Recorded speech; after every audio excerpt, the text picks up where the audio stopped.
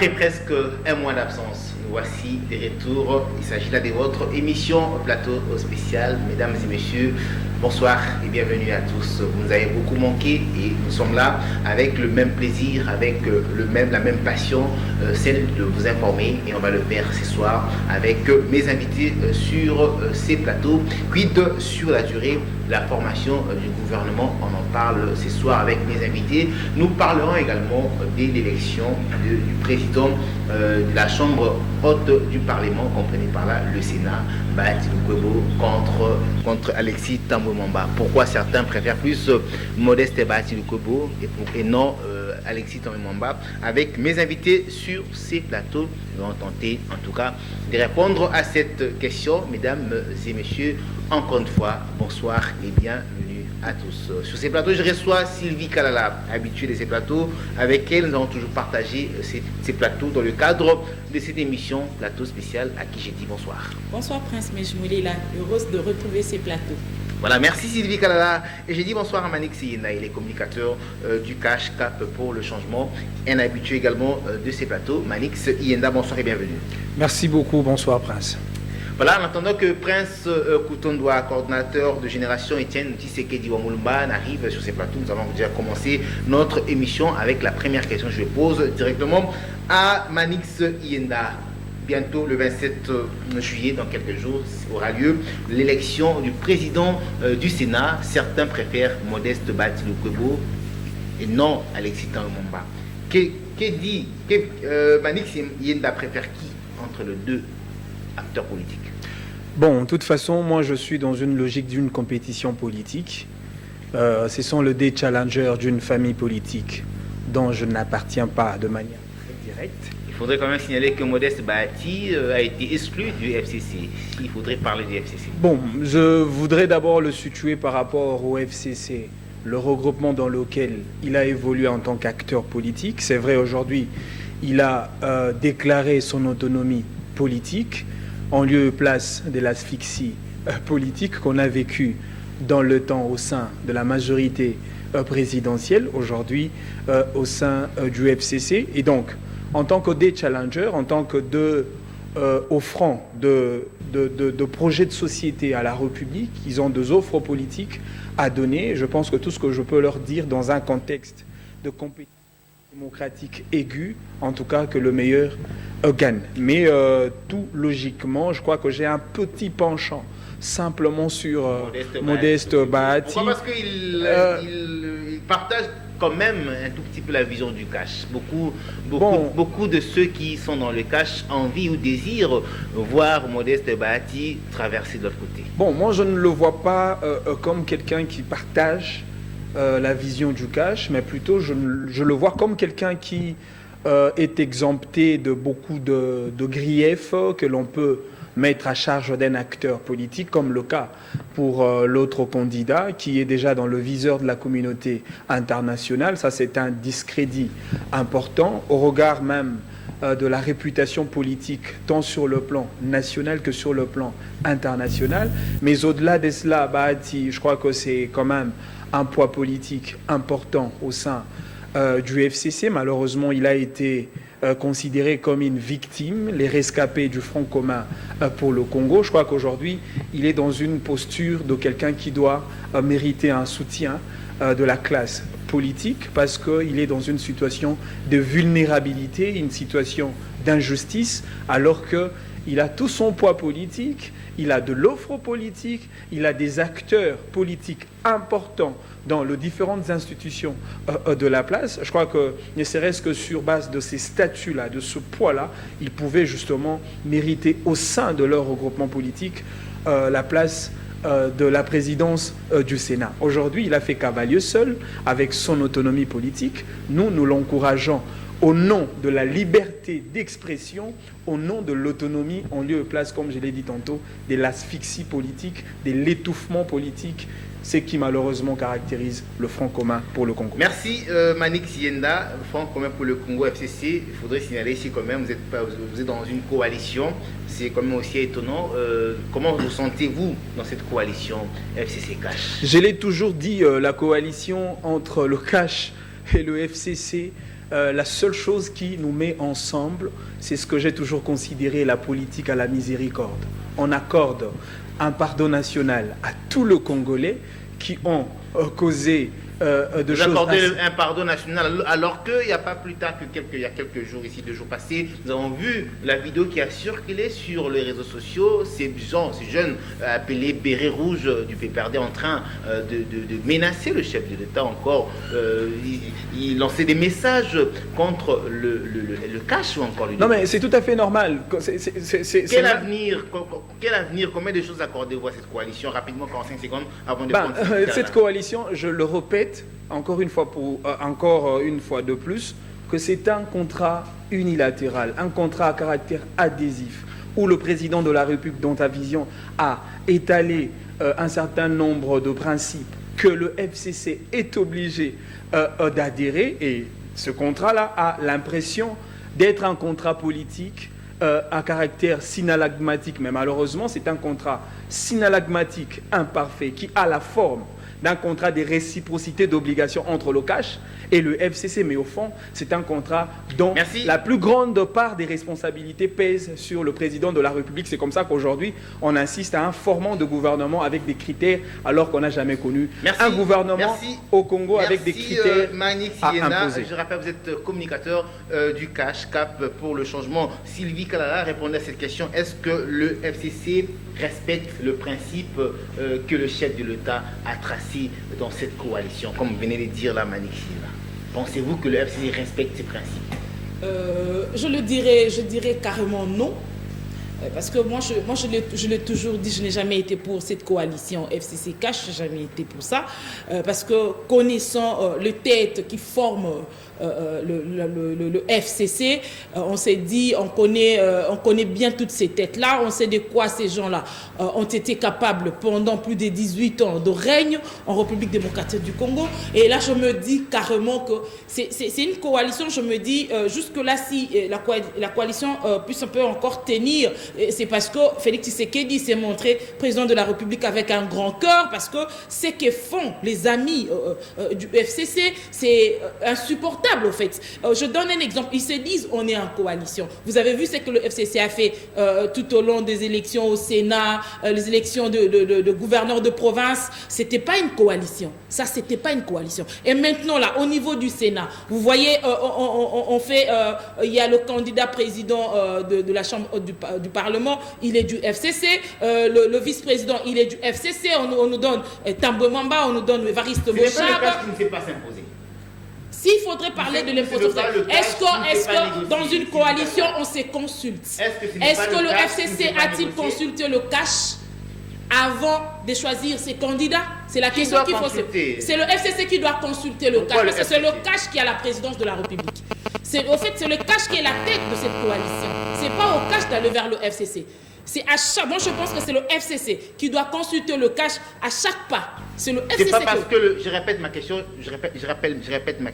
C'est pas parce que le cash ne s'est pas négocié. Non, ce n'est pas. Moi, je pense que c'est pas comme dans une coalition. Quand on dit on est ensemble, moi, je ne pense pas qu'il y a encore à négocier. C'est-à-dire, quand vous prenez le devant, là, en deuxième position, ça doit être l'ami ou soit le collaborateur avec qui vous travaillez, ça doit se faire de la sorte. Mais là, je vous montre déjà qu'au niveau du Sénat, le candidat du président du Sénat, le candidat est du FCC, le vice-président est du FCC, ainsi de suite. Dans ces élections-là, il n'y a aucun candidat du cash. Pourquoi ça vous dérange? Pourquoi ça vous dérange alors que lorsqu'on regarde bien, on voit que les deux leaders, puisque disons ça comme ça, Félix Tshisekedi qui est le chef de l'État, l'ancien président Kabila qui est l'autorité morale du FCC, s'entendent très bien. Ils n'ont pas de problèmes. Jusque-là, il faut pas aller, on ne doit pas aller dans s'entendre très bien parce que Félix Tshisekedi et Kabila ne sont pas des ennemis. Ce ne sont pas des ennemis. Ça, on doit se le dire. Ce sont des citoyens congolais, premièrement. Félix Tshisekedi est le président de la République. C'est-à-dire, quand Kabila vient vers Félix pour parler, je ne pense pas que Félix doit le chasser, il doit l'écouter. Ils sont en coalition. C'est ce qui fait qu'ils se rencontrent pour parler. Ça ne peut que se faire. Mais moi, je trouve que quand il faut choisir de candidats par rapport aux élections quelconques, le FCC ne consulte pas le cash. Le FCC donne ses candidats et qui d'ailleurs, même au niveau du FCC, ces candidatures-là ne sont pas négociées, ce sont des candidatures imposées. Et voilà ce que ça donne. C'est pourquoi je vous dis, moi, cette coalition ne m'a jamais inspiré, quoi. Voilà, vous avez inspiré. Voilà. Alors, placez un petit mot bientôt là, le 27 juillet, dans quelques jours, se tiendra l'élection du président de la Chambre haute du Parlement, le Sénat, Alexis Thambwe Mwamba, contre Modeste Bahati Lukwebo. Ce sont ces deux noms aujourd'hui qui sont le plus cités. Combien de chances accordez-vous à ces deux candidats? Et si vous devrez vous voter, à qui allez-vous voter Même dans mes rêves, Prince Mejmoui, je n'accorderai aucune chance à Thambwe Mwamba. Pourquoi? Même dans mes rêves. Thambwe Mwamba ne peut pas. Parce que vous avez traité récemment de minable. Oui, même en tant que journaliste d'abord. Thambwe Mwamba, moi je pense même que la presse ne devait même pas parler de ces noms-là. Pourquoi? Il doit avoir un embargo médiatique. Parce que c'est monsieur de Thambwe Mwamba a traité les journalistes de minable. Et moi, j'ai même du mal à prononcer son nom. Moi, je le dis. Je suis claire dans ce que je dis. J'ai du mal à prononcer le nom de Thambwe Mwamba. Je ne l'accorderai même pas 0%, même dans mes rêves. En fait, aucune chance, en fait. Je ne veux même pas le voir au perchoir du Sénat. Je ne veux pas le voir, moi, personnellement. Je ne peux pas. Je ne veux pas non plus. Et je le dis qu'il est temps aussi que ces sénateurs-là comprennent. S'ils sont en tête, qu'ils doivent demander N'a-t-il pas cette capacité mentale de gérer le Sénat? C'est un monsieur animé de mauvaise foi. Expliquez-vous. Donnez un exemple. Ils ont dirigé ce pays. Quand Thambwe Mwamba était ministre de Justice. Bahati Lukwebo était également ministre. Voilà. Ici, je ne veux pas faire l'avocate de Bahati Lukwebo. Je dois dire les choses telles qu'elles sont. Je le dis, Thambwe Mwamba était ministre de Justice pendant un long moment ici en République démocratique du Congo. Vous savez, nous connaissons tous les bilans de Thambwe Mwamba. Et tant que ministre, un ministre rancunier qui n'a juré que sur l'emprisonnement de plusieurs des opposants dans ces pays. Et vous voulez que ces messieurs-là puissent aller au perchoir du Sénat? Mais non, on ne doit pas rêver. On ne doit pas livrer la nation à cet homme-là. On ne peut pas. Ça sera une erreur monumentale, irrémédiable.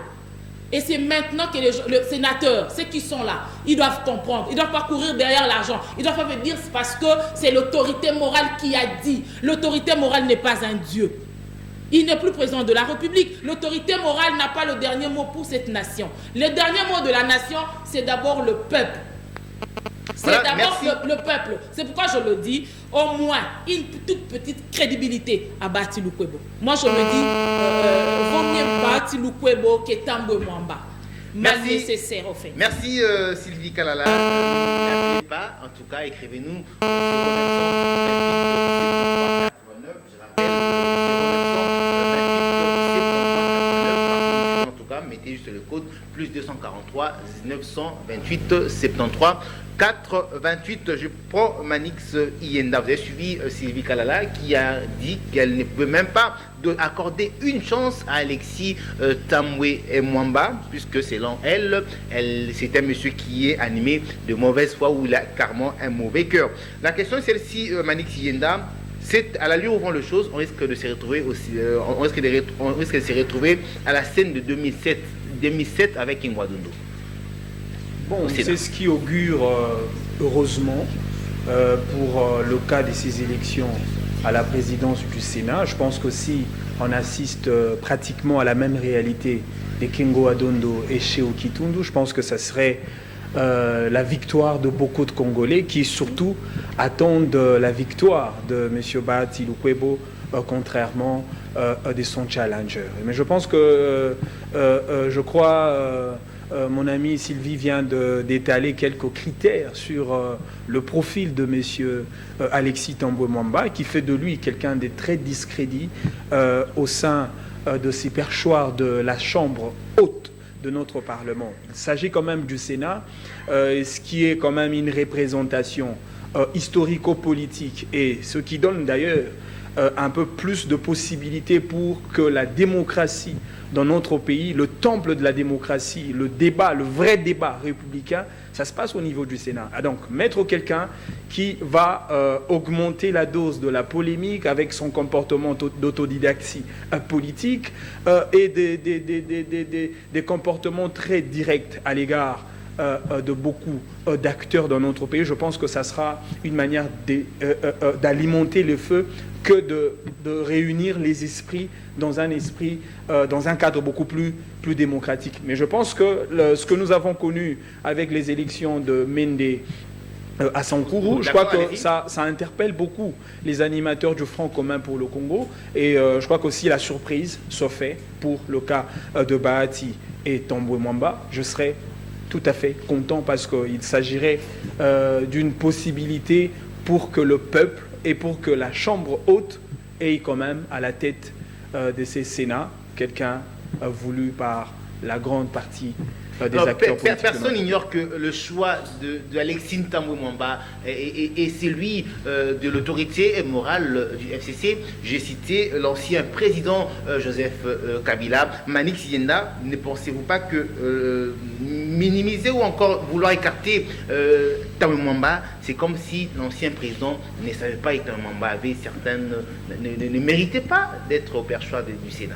Bon, malheureusement, n'a-t-il pas passé en revue le critère de celui qui devrait diriger le Sénat? Ce que nous avons toujours reproché à nos amis du Front commun pour le Congo, c'est le fait de promouvoir la culture de la pensée unique au sein de leur regroupement politique. Souvenez-vous le départ de G7 avec Moïse Katumbi à la tête. C'était par manque d'un débat démocratique au sein de la même famille. Ils ont discuté sur un certain nombre de questions concernant le remplacement de celui qui va vider ces 2 mandats pour voir comment est-ce qu'on peut conserver le pouvoir au sein de notre parti. Ils ont voulu ce débat-là. C'est comme ça que Moïse Katumbi et le G7 ont claqué la porte. Vous avez vu cette forme d'embroglio et des dichotomies politiques entre M. Lokondo et la présidente de l'Assemblée nationale. C'était justement le même fait qui a produit les mêmes conséquences à cause de cette forme de dictature d'opinion qui règne au sein de cette famille politique, de la pensée unique en lieu et place d'une démocratie qui voudrait mettre en valeur d'abord le poids politique de tout un chacun, mais aussi le choix pour les sociétaires du cash de bien vouloir jeter les dévolus sur le candidat qui pouvait justement mériter cette place de la présidence au sein du Sénat. Et aujourd'hui, on sait que l'AFDC avec Bahati Lukwebo à la tête constituait la 2e force au sein du Front commun pour le Congo. Donc, quoi de plus normal qu'il mérite de droit ce poste-là. Mais malheureusement, parce que Bahati a quelques petits problèmes avec celui que vous considérez comme autorité morale, c'est comme ça que la pensée unique a pris plus de la place que la démocratie avec le choix. Merci. Je passe la parole à Sylvie Kalala, puisque Alexis Tambwe Mwamba, c'est le choix de l'ancien président Kabila qui est l'autorité morale du FCC. Qu'avait-il derrière la tête lorsqu'il faisait ses choix? Moi, je pense que derrière la tête de tout ce qui vient du FCC, il y a l'intention de... On parle d'ancien président Kabila. Oui, c'est lui l'autorité morale, oui, jusque-là. C'est lui qui a fait le choix d'Alexis Tambwe Mwamba. Qu'est-ce qu'il avait derrière la tête? Les intentions du FCC sont... Derrière toutes ces décisions-là, il y a l'intention de nuire. Parce qu'on se le dise clairement, Tambwe Mwamba a des problèmes. Aujourd'hui, Tambwe Mwamba, président du Sénat, il ne pourra jamais avoir des relations avec d'autres Sénats dans d'autres pays, au fait. Tambwe Mwamba est sous les sanctions de l'Europe et des États-Unis, y compris le candidat vice-président Bochab. On aura quel genre de Sénat? Notre Sénat aura quelle valeur, au fait? Qu'on arrête avec ces aventures. Comment Kabila peut prendre quelqu'un qui est sous les sanctions des États-Unis, de la communauté internationale, le proposer comme président d'une institution comme le Sénat, la 2e institution de la République? Ça, c'est un sabotage. Ça, c'est un sabotage. C'est réduire à nul tout ce que Félix Tshisekedi est en train de faire, cherchant à renouer les relations avec le pays, et avec d'autres pays. Ce n'est pas normal. Tout ce que Kabila a eu à faire, c'était de détruire les relations avec des pays étrangers. La RDC était restée dans un coin, isolé. Félix arrive, il est en train, parce que les gens les critiquent aussi par rapport à tous ces voyages qu'il est en train d'effectuer, ne comprenant pas ce qu'il est en train de faire, Et maintenant, là, on nous amène quelqu'un qui est sous les sanctions, en fait, même pas quelqu'un, des personnes sanctionnées par la communauté internationale qui ne pourront jamais avoir un visa pour l'Europe ou pour les États-Unis, qui doivent maintenant diriger le Sénat. Et c'est pas normal. Ce que je vous dis, tout ce qui vient du FCC est mal intentionné et il cache toujours des plans maléfiques. Merci Sylvie Kalala. Je dis bonsoir aussi directement à Prince Koutondoa qui vient de faire son entrée. Il est coordonnateur de Génération Étienne Tshisekedi Lumumba. Prince Koutondoa que j'appelle affectueusement Homo. Bonsoir et bienvenue. Bonsoir, monsieur Prince. Tout ce que fait le FCC cache beaucoup de choses. Comme on te l'a dit, c'est Sylvie Kalala qui l'a déclaré il n'y a pas quelques 10 secondes. Vous partagez cet avis. Bon, vous savez, en politique, il y a énormément de choses. Ce qui fait que quand les gens s'engagent en politique et se rangent derrière une personnalité, ils doivent savoir être conséquents. C'est pourquoi il y a quelqu'un qui le disait déjà depuis bien longtemps, lorsqu'il disait que en réalité, les alliances en politique se font et se défont. Le FCC est une force politique, une famille politique, qui au-dessus a une personnalité qu'on appelle autorité morale. Cette autorité morale a jeté son dévolu sur une personnalité. Et il veut que tous ceux qui se déclarent du FCC puissent suivre cette ligne de conduite. Pourquoi? Parce que c'est ce qui explique, c'est ce qui est normalement, c'est le pouvoir qui lui est reconnu. Lorsqu'il choisit une personne, tout le monde doit suivre cette personne-là. À moins que l'on nous dise le contraire. Moi, je pense que sans entrer dans les querelles, n'est-ce pas? Faire le choix d'une personne qui est sous sanction de l'Union européenne, faire le choix d'une personne qui avait revendiqué, lorsqu'il était encore rebelle, cet avion qui avait été abattu, faire le choix d'une telle personne, une personne qui a l'insulte facile. Récemment, il a traité le chevalier de la plume et du micro d'être de minable. Faire le choix d'une personne qui est citée dans l'affaire Kamouina Nsampou, je cite l'ancien Évariste Bochab, c'est un choix qu'il fallait faire, selon vous. Non, ce qui est vrai, moi je suis du maniement. Et je sais que Tambo Mwamba, c'est un ancien seigneur de guerre. Ça, je le connais. Mais il est dans une famille politique qui l'a blanchi.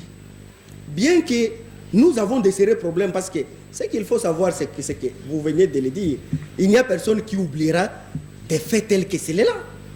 Les faits tels que abattre un avion civil qui n'avait rien à faire avec les conflits qu'ils avaient avec le pouvoir de Kinshasa à l'époque. Il n'y a personne qui oubliera ça. Personne.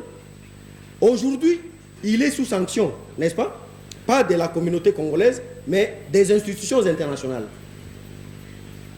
Je crois que c'est un mauvais choix. Mais est-ce que ces pairs du FCC, qui sont majoritaires au Sénat, vont réfléchir comme nous? Point d'interrogation. À leur place, que ferait Prince Koutondoa? Bon, moi je crois que c'est ça la pensée qui alimente les détracteurs aujourd'hui. C'est-à-dire les personnes qui se retirent du FCC. Les gens du professeur Bahati. N'est-ce pas? Qui se retire le Kwebo, qui se retire du FCC et qui pense que j'étais un autre son de cloche, n'est-ce pas? Par rapport au choix de l'autorité morale, serait une bonne chose. Et nous l'avons vu. En 2011, la fête était déjà préparée au Grand Hôtel parce qu'on pensait que Okitundu va battre Kengo, mais la surprise a été désagréable. Ce qui fait que laissons le temps au temps. Continuons à parler parce que nous en avons le droit d'interpeller tout un chacun, d'interpeller les sénateurs, parce qu'il n'y a qu'eux qui vont élire les sénateurs et personne d'autre. Interpeller les sénateurs parce que la candidature est déjà déposée, n'est-ce pas? Interpeller les sénateurs pour dire que s'ils vont dans le sens du choix qui est effectué par leur autorité morale, ça serait jeter le pays dans le feu. Continuons à le dire. Merci Merci Prince Koutondoa Homo. Merci, il est coordinateur de Génération Étienne Tshisekedi Ouamoulumba. Passons maintenant à notre deuxième sujet. Il s'agit là de la formation du gouvernement qui traîne, qui dure. Certains croyaient que déjà on aurait ces gouvernements avant la fin de ces mois de juillet, mais qui est en train d'ailleurs de tendre à sa fin sans que celui-ci soit publié. On attend encore. Qu'est-ce qui se passe, Manik Siyenda? Vous êtes communicateur du cash. Qu'est-ce qu'on peut retenir? Qu'est-ce qui traîne? Qu'est-ce qui fait que ces gouvernements a du mal à être publiés? Bon, je pense que les politiques nous ont déjà brandi toutes les tractations qui existent entre le deux regroupements politiques, le CACH et le FCC. Mais quand vous observez le paysage politique congolais, vous vous rendrez compte que plus du camp du CACH, où les esprits sont apaisés. Et on sent une certaine crise qui règne au sein du Front commun pour le Congo. Déjà, c'est un regroupement pléthorique avec des gens très ambitieux. Certains même sont ambitieux, démesurés, et ça crée justement une cacophonie dans le choix, au niveau même de leur regroupement politique.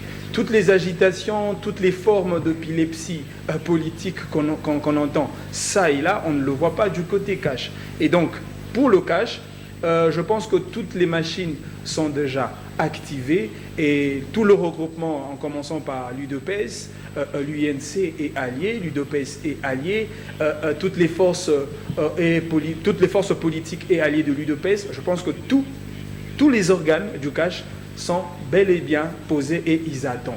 Mais seulement, il y a un autre point que nous ne devons pas mettre de côté, il s'agit de critères. Je pense que j'ai même entendu le coordonnateur du Front commun pour le Congo qui avait déjà lancé une lettre, une correspondance à leurs différents partis politiques pour renvoyer le critère. Moi, je pense qu'à ce niveau-là, il n'y a pas assez de cohérence parce que vous êtes un regroupement politique, il y a le directoire politique qui existe, c'est au directoire, c'est à l'exécutif du regroupement d'établir le critère des sélections pour que chacun de partis puisse adhérer et alors, Manik Siyenda, avec le je me demande si ce sont de moyens dilatoires du côté du Front avec commun le départ de pour Modeste Bahati Lukwebo du FCC, Modeste Bahati Lukwebo avec son FDCA qui avait aussi beaucoup de députés au niveau de la Chambre basse du Parlement, les calculs n'ont pas changé.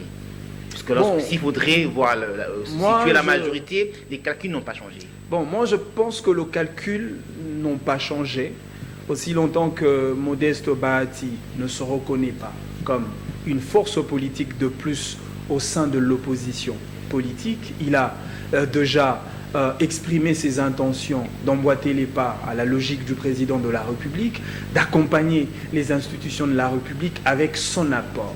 Et donc, il va rester justement au sein de la grande concession qui réunit en même temps le cash, le FCC, mais désormais, Bahati voudrait que l'on compte l'AFDC et allié comme un regroupement politique de plus. Donc, par rapport à la petite mathématique politique, je crois que les nombres de députés formant la plus grande famille au sein de cette coalition resteraient intacts. Parce que la majorité parlementaire dont on parle, il faudrait l'associer en même temps avec le député du FCC, le député du regroupement AFDC et alliés, le député du CACH. Ensemble, on forme une majorité parlementaire de fait.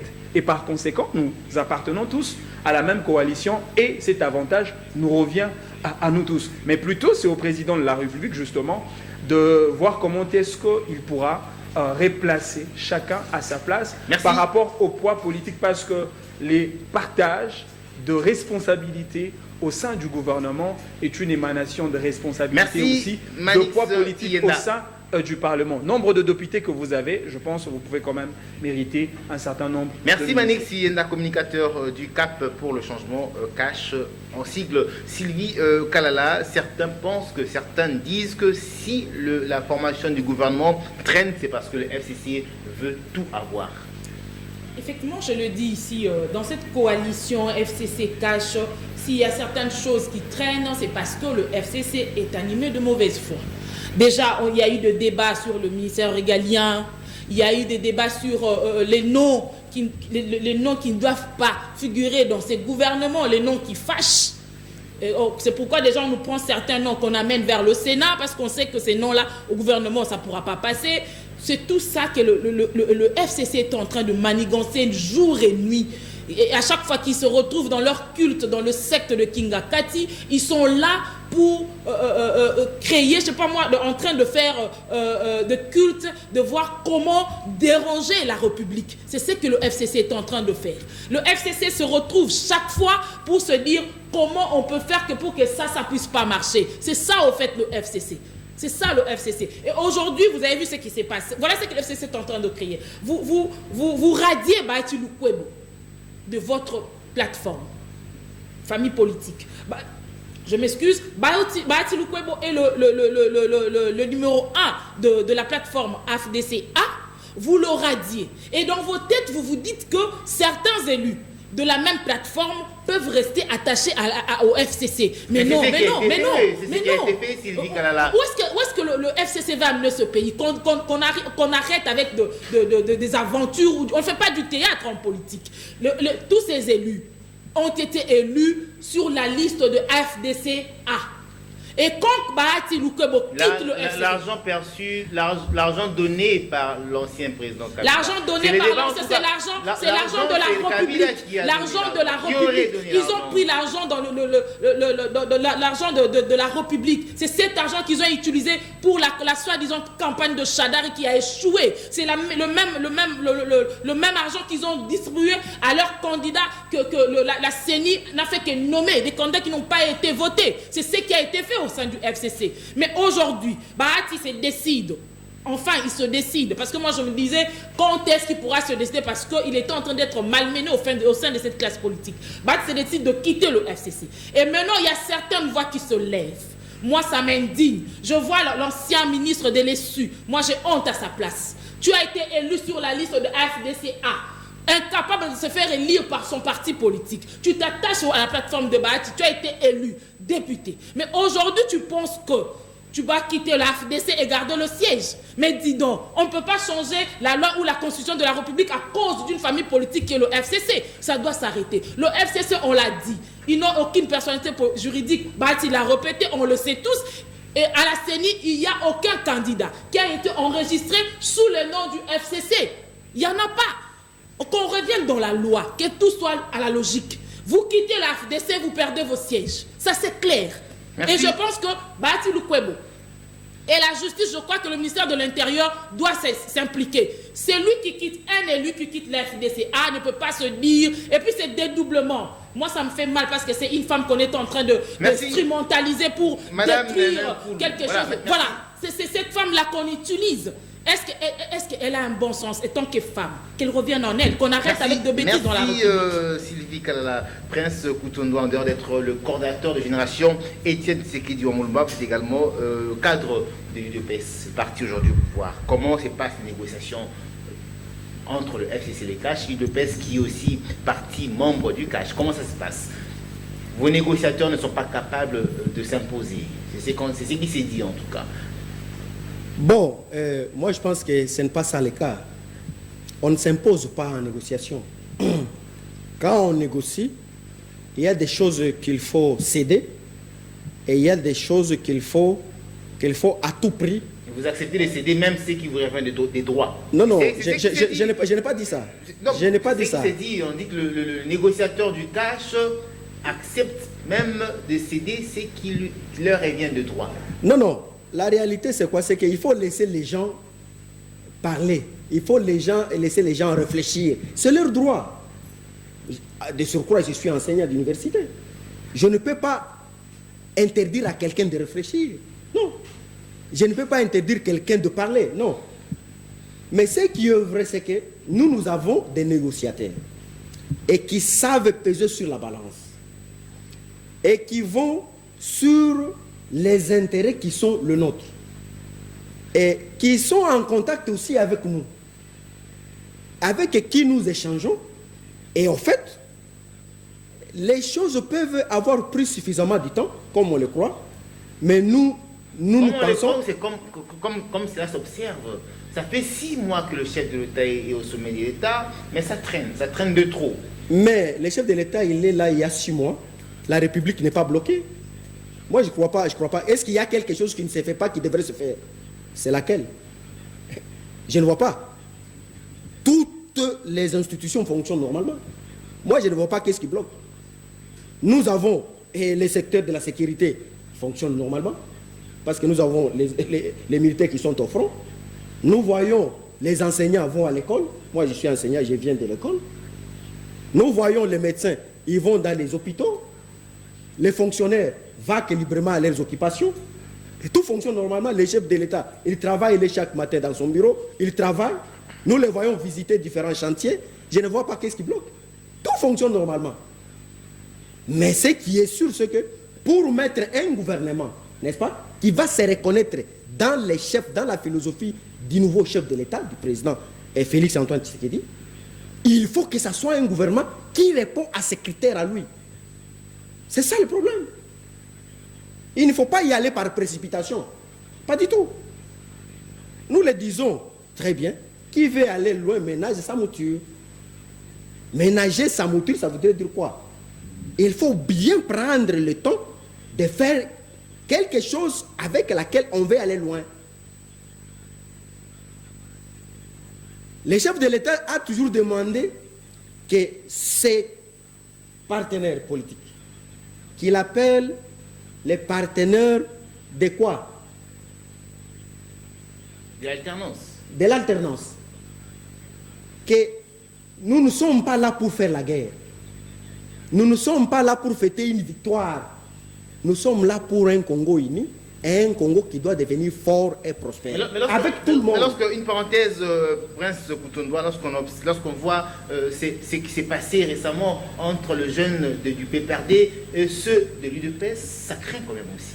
Ça craint. On risque de se réveiller un matin et c'est une guerre civile, disons ça comme ça. J'espère que je ne suis pas allé trop loin avec mes dires. Non, il n'en sera pas ainsi.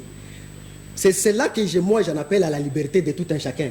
Nous avons la liberté de parler, la liberté de manifester. Vous comprenez? À la loi et au service de sécurité de faire leur travail.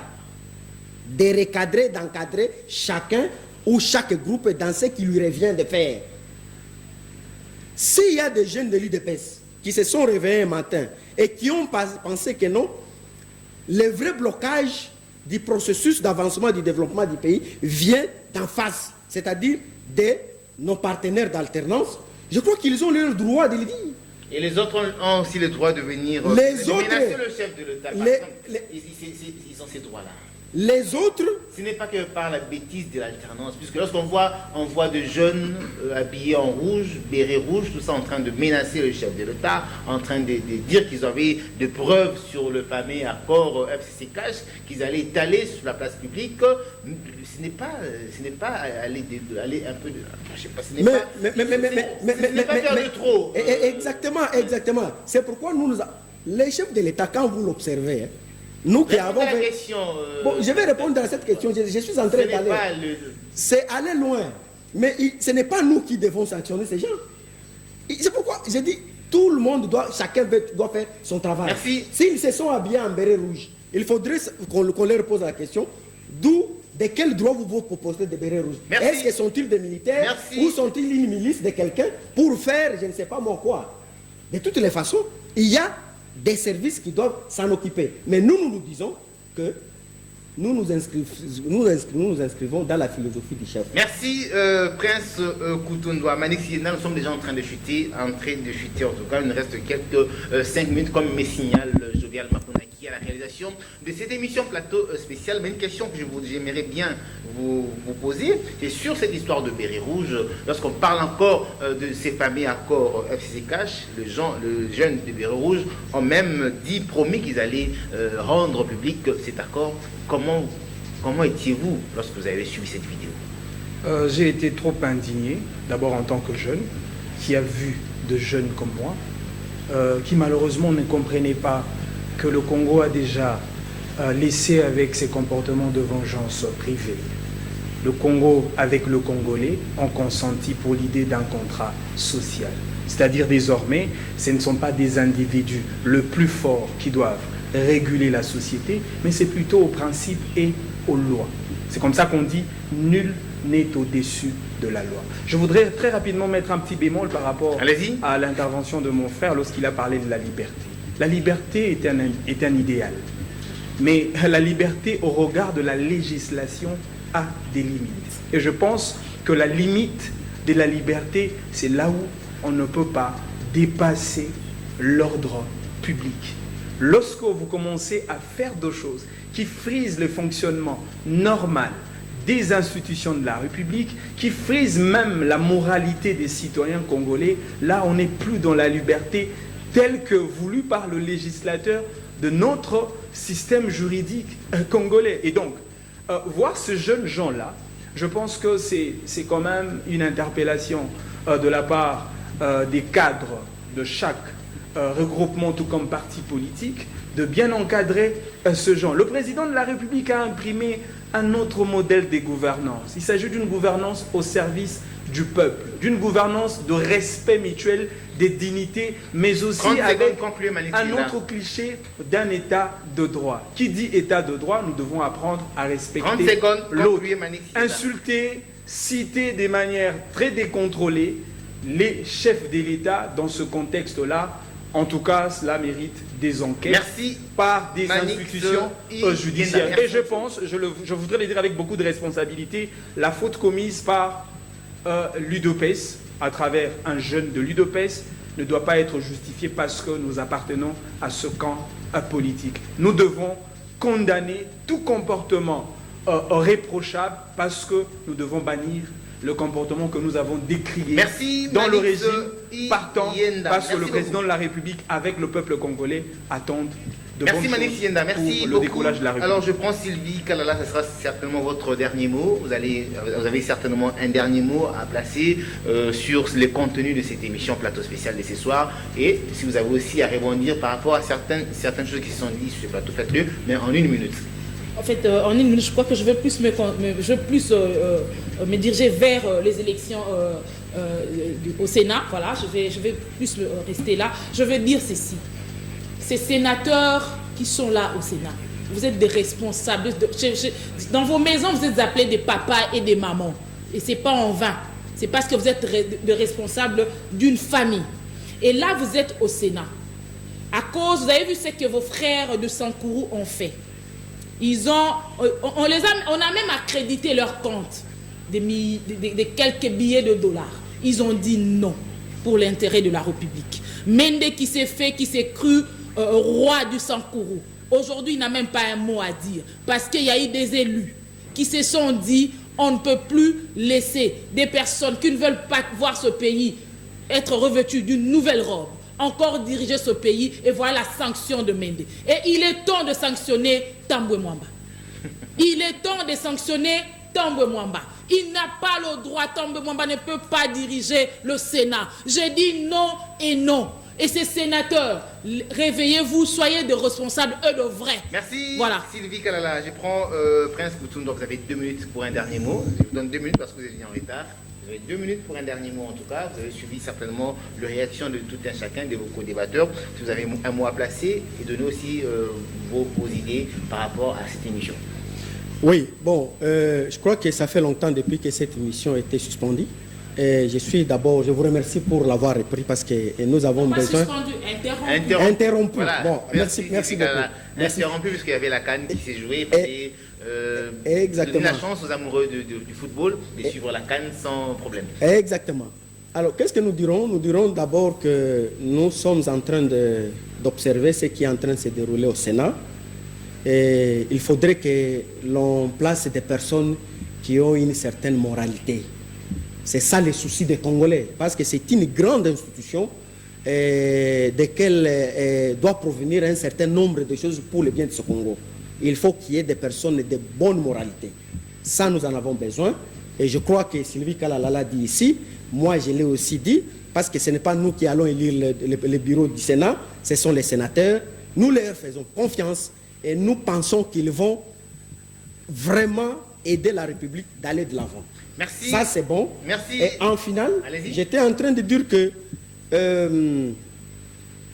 nous attendons le gouvernement. Le gouvernement va sortir. Et ce gouvernement va répondre aux besoins du peuple congolais dans la philosophie du chef de l'État. Ça, il faut le savoir.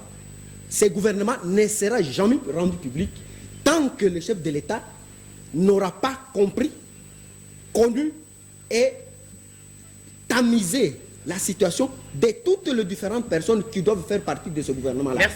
Merci Prince Koutoundoa, merci également à Manik Sienda, merci à Sylvie Kalala, merci à vous également qui nous avez suivis partout à travers le monde.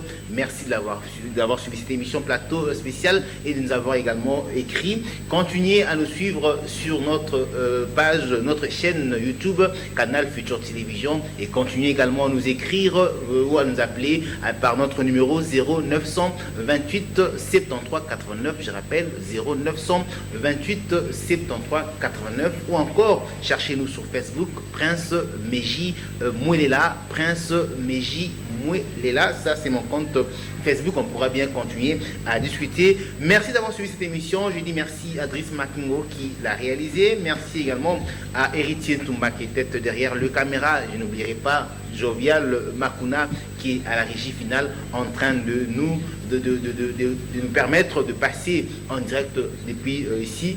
Merci et on se retrouve demain pour un nouveau numéro de votre émission Plateau spécial. Bonne soirée à tous.